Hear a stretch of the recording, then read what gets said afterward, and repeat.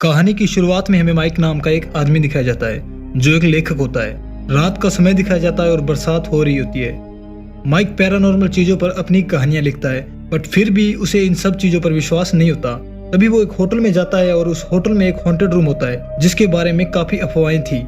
इसलिए माइक उस रूम में जाकर देखना चाहता है ताकि उसे कुछ सबूत मिल सके जिस पर उसे विश्वास हो जाए। ये एक ऐसा कमरा था जहाँ पर काफी लोगों की मौत हो चुकी थी और कुछ लोगों का ऐसा भी मानना था कि उन्होंने इस रूम में अजीब चीजें महसूस की और आवाजें भी सुनी। माइक पूरी रात वहाँ बिताता है पर उसे कुछ भी महसूस नहीं होता। माइक ज्यादा फेमस राइटर नहीं था क्योंकि भूत प्रेतों पर काफी कम लोग विश्वास करते हैं। माइक हमेशा इस टॉपिक पर किताबें नहीं लिखता था, मगर जिंदगी में हुई एक घटना ने उसे काफी बदल दिया था और वो अपना गुस्सा निकालना चाहता था और वो दुनिया को दिखाना चाहता था कि कोई ईश्वर नहीं, कोई शैतान नहीं, कोई भूत नहीं।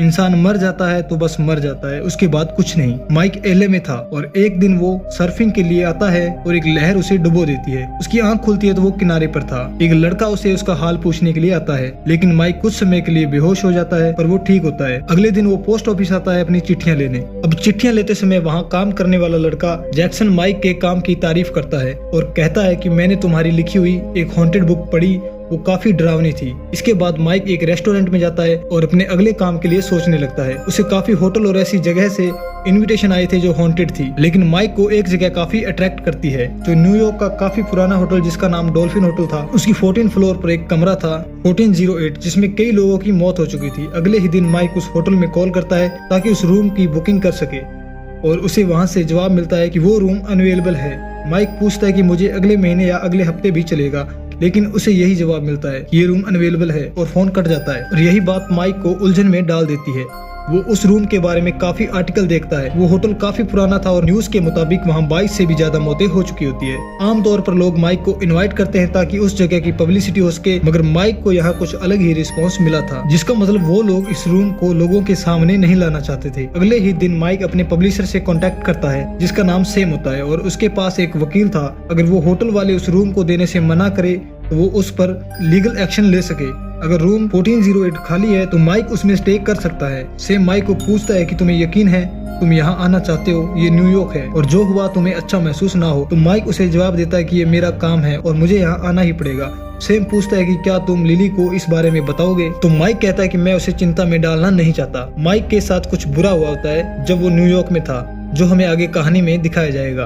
कुछ दिन बाद माइक होटल में आता है। ये रात का समय था। जैसे ही वो होटल में अपना नाम बताता है तो वो मैनेजर को इस बात की खबर देती है। इंतजार करते करते उसने उस होटल स्टाफ को थोड़ा बहुत देख लिया था। इतने में होटल का मैनेजर एलन आता है जो माइक को उस रूम के अलावा कुछ और ऑफर करता है, लेकिन माइक सीधा मुद्दे पे आता है और मैनेजर को कहता है कि अच्छा यही होगा कि आप मुझे रूम 1408 की चाबियां दे दे। एलन को पता लग जाता है कि ये आसानी से नहीं मानने वाला, तो वो माइक को समझाने के लिए अपने ऑफिस में ले जाता है। उससे काफी अच्छे से पेश आता है। उसे एक पुरानी शराब भी ऑफर करता है, लेकिन माइक कहता है कि मुझे रिश्वत देने की कोशिश ना करें, मैं उस रूम में जाना चाहता हूँ। तो एलन उससे पूछता है कि आप कितने समय के लिए उस रूम में रहना चाहते हैं? तो माइक कहता है कि एक रात के लिए। एलन कहता है कि आज तक उस रूम में 1 घंटे से ज्यादा कोई नहीं रह सका। माइक कहता है कि इन बातों से तुम मुझे नहीं डरा सकते, शायद बच्चों को डरा सको पर मुझे नहीं।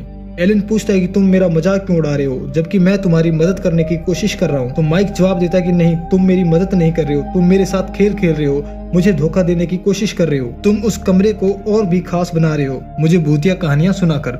हम दोनों जानते हैं कि अंत में तुम मुझे वो चाबी दे दोगे और मैं उस कमरे में चला जाऊंगा। एलन एक लम्हे के लिए खामोश हो जाता है और कहता है कि बात ना पैसों की है और ना मुझे तुम्हारी परवाह है। अंत में मुझे ही वहाँ की गंदगी साफ करनी पड़ेगी और मैं ऐसा नहीं करना चाहता। मैं यहाँ काफी समय से मैनेजर हूँ और मेरे होते हुए यहाँ 4 लोगों की मौत हो चुकी है। आखिरी मौत जब हुई थी तो मैंने खुद से वादा किया था कि मैं किसी और को इस मनहूस कमरे में मरने नहीं दूंगा। तो माइक कहता है कि आखिरी इंसान जिसे तुमने रूम में चेक इन करने दिया था वो एक डिप्रेस इंसान था जिसने अपनी कलाई काटी। एलन कोशिश कर रहा था कि माइक अपना इरादा बदल ले। वो माइक को कहता है कि लगता है तुमने काफी रिसर्च की है उस कमरे के बारे में और तुम्हें लगता है कि वहाँ 22 मौतें हुई है, वो भी कुदरती तौर पर। माइक हैरानी से कहता है कि कुदरती तौर पर? एलन उसे कहता है कि 22 नहीं, वहाँ पर 50 मौतें हुई है और सभी की मौत कुदरती हुई है। कोई दिल के दौरे से मर गया, किसी का दिमाग फट गया, कोई ज्यादा गर्मी से तो कोई ज्यादा सर्दी से। मगर तुम्हें इस सब के बारे में नहीं पता क्योंकि न्यूज़पेपर में कभी भी इस खबर को नहीं छापा गया। एलन माइक को एक बुक देता है और कहता है कि इस बुक में सारी जानकारी है, तुम मेरे ऑफिस में स्टे कर सकते हो, जो लिखना है लिख सकते हो, तुम्हें सारी जानकारी इस बुक में मिल जाएगी,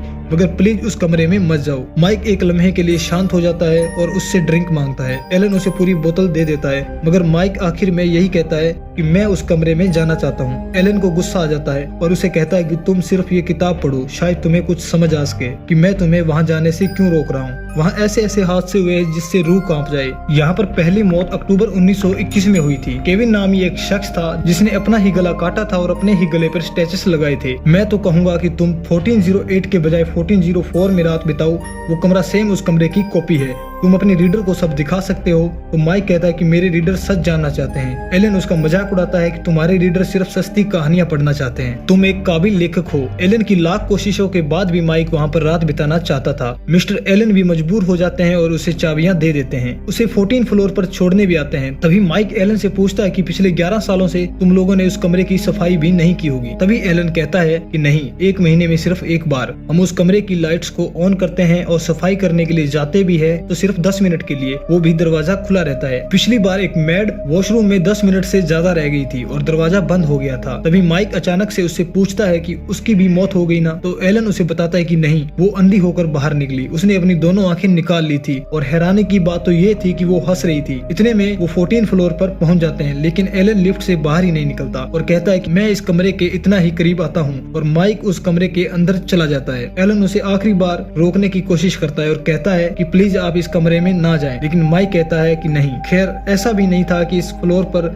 जो बाकी कमरे थे वो खाली थे, मगर 1408 काफी समय से खाली था। चलते चलते माइक उन तस्वीरों को देख रहा था जो उन लोगों की थी जिनकी मौत उस कमरे में हुई थी। आखिरी बार वो यही देखता है कि उसके पास वाले कमरे में एक औरत है और उसका एक छोटा बच्चा। इसके बाद वो कमरे की चाबी घुमाता है और अपने टैप रिकॉर्डर को लेता है और अंदर चला जाता है। ये कमरा दिखने में काफी शानदार था, एक आम सा कमरा था और माइक मजाक उड़ाने लगता है, क्या यही है वो हॉन्टेड जगह, क्या बकवास है। माइक को रात बितानी थी और टैप रिकॉर्डर में अपनी बातें रिकॉर्ड करने लगा। ये रूम ना तो छोटा था ना ज्यादा बड़ा था। इसमें एक लिविंग रूम था और एक बेडरूम था। माइक वॉशरूम में आता है, वो टॉयलेट पेपर को लेता है और दीवारों पर लगी पेंटिंग्स को देखता है और इसके बारे में बात करता है। और फिर विंडो से बाहर देखता है। बाहर शहर का शोर था, गाड़ियां चल रही थी और लाइट्स ऑन थी। कुछ भी डरावना नहीं लग रहा था। ये बस एक आम सी इमारत और एक आम सा कमरा ही लग रहा था। तभी रेडियो पर 1970 का गाना चल जाता है। इस आवाज से माइक डर जाता है और यहाँ से सब उल्टा होना शुरू हो जाता है। वो देखता है कि पिलो पर किसी ने 2 चॉकलेट बार रख दिए हैं और वो उन्हें उठाकर खाने लगता है। और वॉशरूम में जाता है तो वो देखता है कि किसी ने टॉयलेट पेपर को भी सही कर दिया है। माइक अपने टैप रिकॉर्डर में इस बात का मजाक उड़ाता है कि भूत अब रूम सर्विस भी देने लगे हैं। अब माइक भूतों पर विश्वास करने वाला तो था नहीं, तो वो उसके बारे में लॉजिकली सोचने लगता है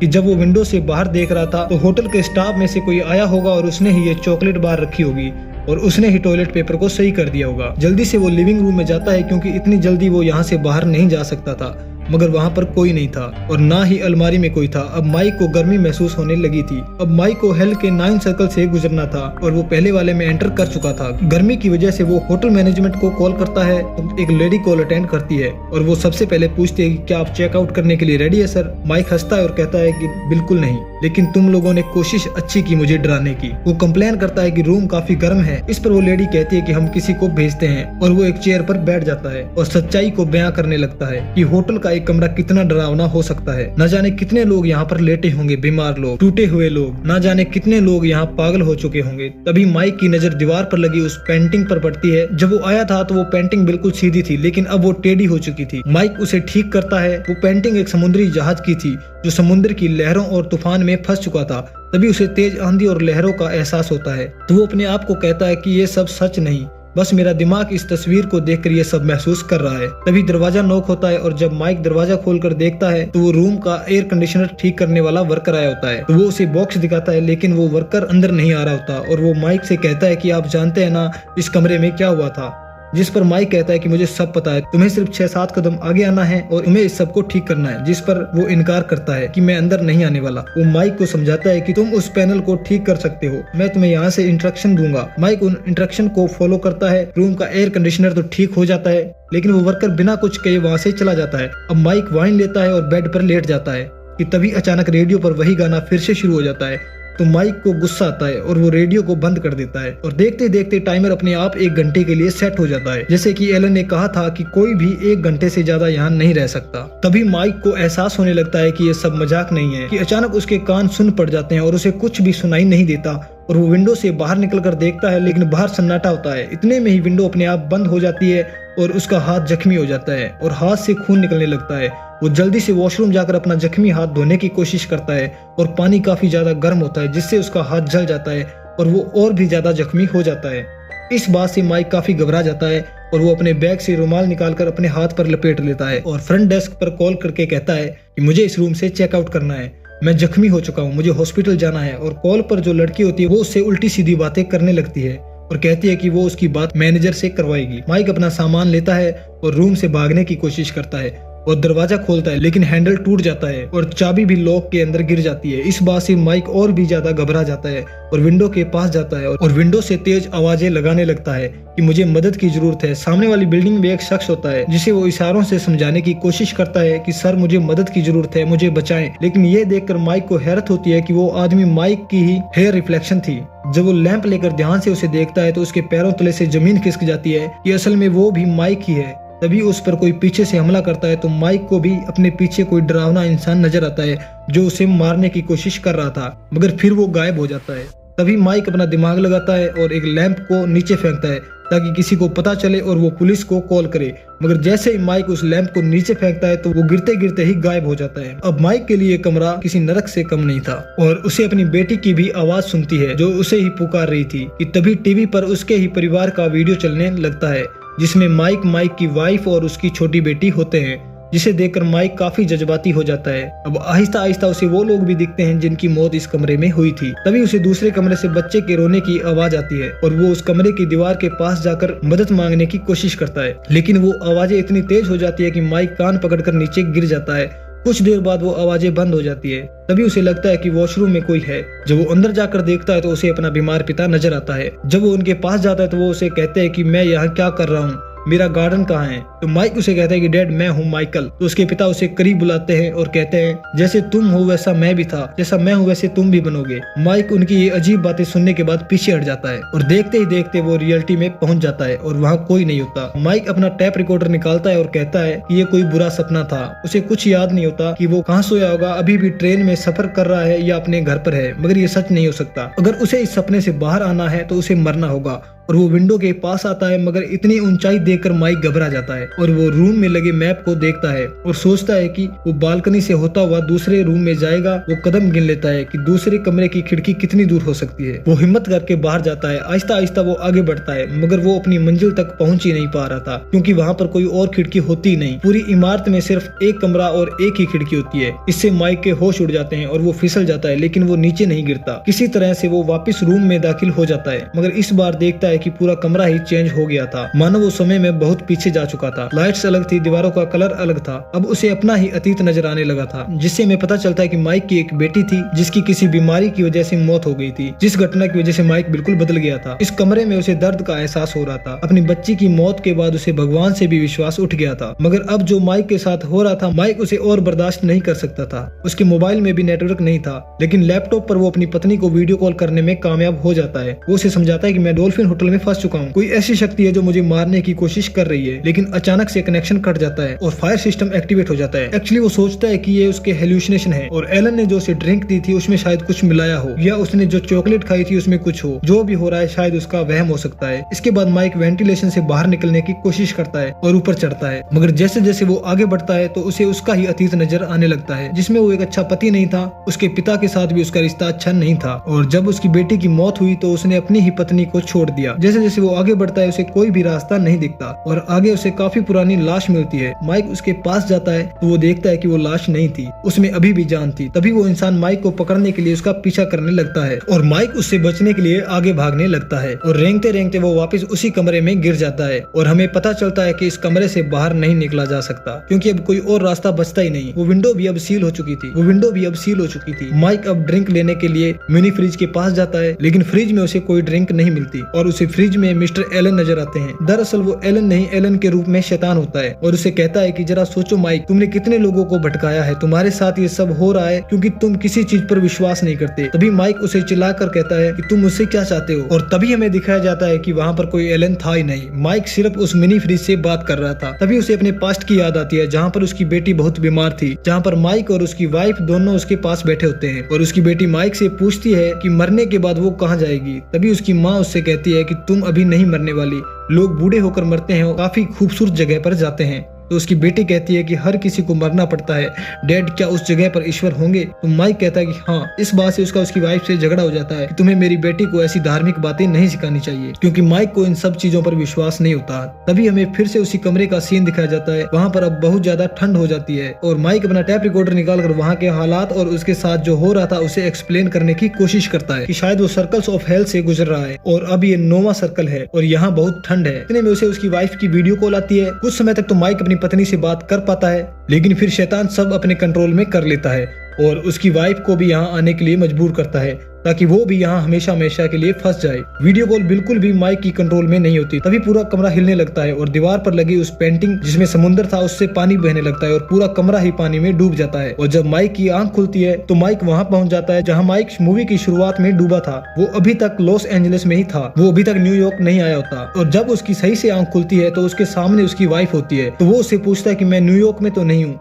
तो उसकी वाइफ उसे कहती है कि नहीं, तुम एलए में हो, लेकिन तुम ऐसा क्यों पूछ रहे हो? तो माइक सोचता है कि जो उसने देखा या रियलाइज किया ये सब उसका भ्रम था, कुछ भी सच नहीं हो सकता। वो अपनी वाइफ को देखकर खुश था और उससे पूछता है कि तुम मेरे लिए यहाँ तक आई? तो वो जवाब देते है कि मुझे तुम्हारी चिंता थी। बाद में माइक उसे अपने होटल वाले इंसिडेंट के बारे में बताता है कि वो सब इतना सच था कि मुझे वो सपना ही नहीं लगा। वहाँ मैंने अपनी बेटी केटी को भी देखा जो मेरे करीब थी। इस पर उसकी पत्नी कहती कि ये सब तुम्हारे दिमाग में है, कि शायद तुम किसी कहानियों में चले गए थे। माइक को लगा शायद ऐसा ही था। उस दिन वो अपने पिता से भी मिलने जाता है जो एक ओल्ड एज होम में था। उससे अच्छे से बात करता है, माफी मांगता है और उससे अगले दिन माइक पोस्ट ऑफिस जाता है अपनी चिट्ठियां लेने। उसे उम्मीद थी कि जो डॉल्फिन होटल से उसे चिट्ठी आएगी वो उसे मिल जाएगी, मगर वो उस होटल में जाएगा नहीं। लेकिन वो चिट्ठी उसे नहीं मिलती। मगर फिर वो होटल में काम करने वाला लड़का उसी लाइन को दोहराता है कि मैंने तुम्हारी किताब पढ़ी जो काफी हॉन्टेड थी। फिर जब माइक उस पोस्ट कार्ड को लेने वापस आता है तो हैरान हो जाता है कि पोस्ट ऑफिस के लोग होटल के स्टाफ जैसे दिख रहे थे और देखते ही देखते वो दीवारों को तोड़ने लगते हैं और दीवारें तोड़ देते हैं और पलक झपकते ही वो होटल रूम 1408 में पहुंच जाता है। वो पूरा कमरा जला हुआ होता है और उसे पहले तो उसकी बेटी का कॉफी नजर आता है और फिर उसे अपनी बेटी नजर आती है।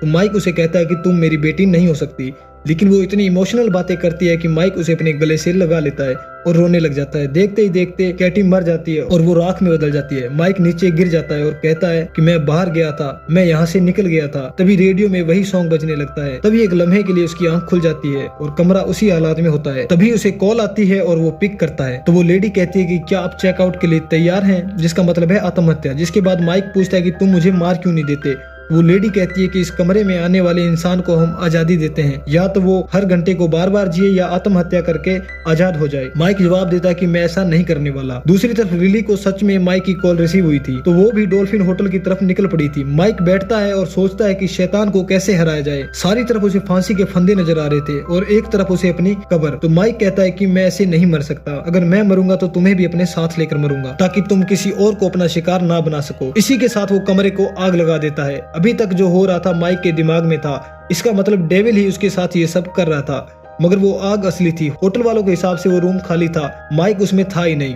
असल में माइक इस दुनिया और मरे हुए लोगों की दुनिया में था। तो जैसे ही वो उस रूम को आग लगाता है तो पूरे होटल में अलार्म सिस्टम ऑन हो जाता है। लिली ठीक समय पर पहुंच तो जाती है, लेकिन माइक बच नहीं पाता। बाद में उन्हें उसकी लाश जली हुई मिलती है और वो रूम भी अब जल जाता है। तो आगे अब कोई भी इंसान उस रूम में ट्रैप नहीं होगा। इसके बाद हमें दिखाया जाता है कि होटल का मैनेजर एक बॉक्स लेकर माइक के फ्यूनरल पर आता है, मगर माइक की वाइफ लिली उस बॉक्स को लेने से मना कर देती है। तो एलन उसे अपने पास रख लेता है और जब उसे वो खोलता है तो उसमें वही टैप रिकॉर्डर होता है और वो उसे प्ले करता है। उसे वहाँ 2 आवाजें सुनाई देती है, एक माइक की और एक उसकी बेटी की। फिर एक लम्हे के लिए मिरर में उसे माइक का भूत नजर आता है और इसी के साथ इस मूवी का एंड हो जाता है।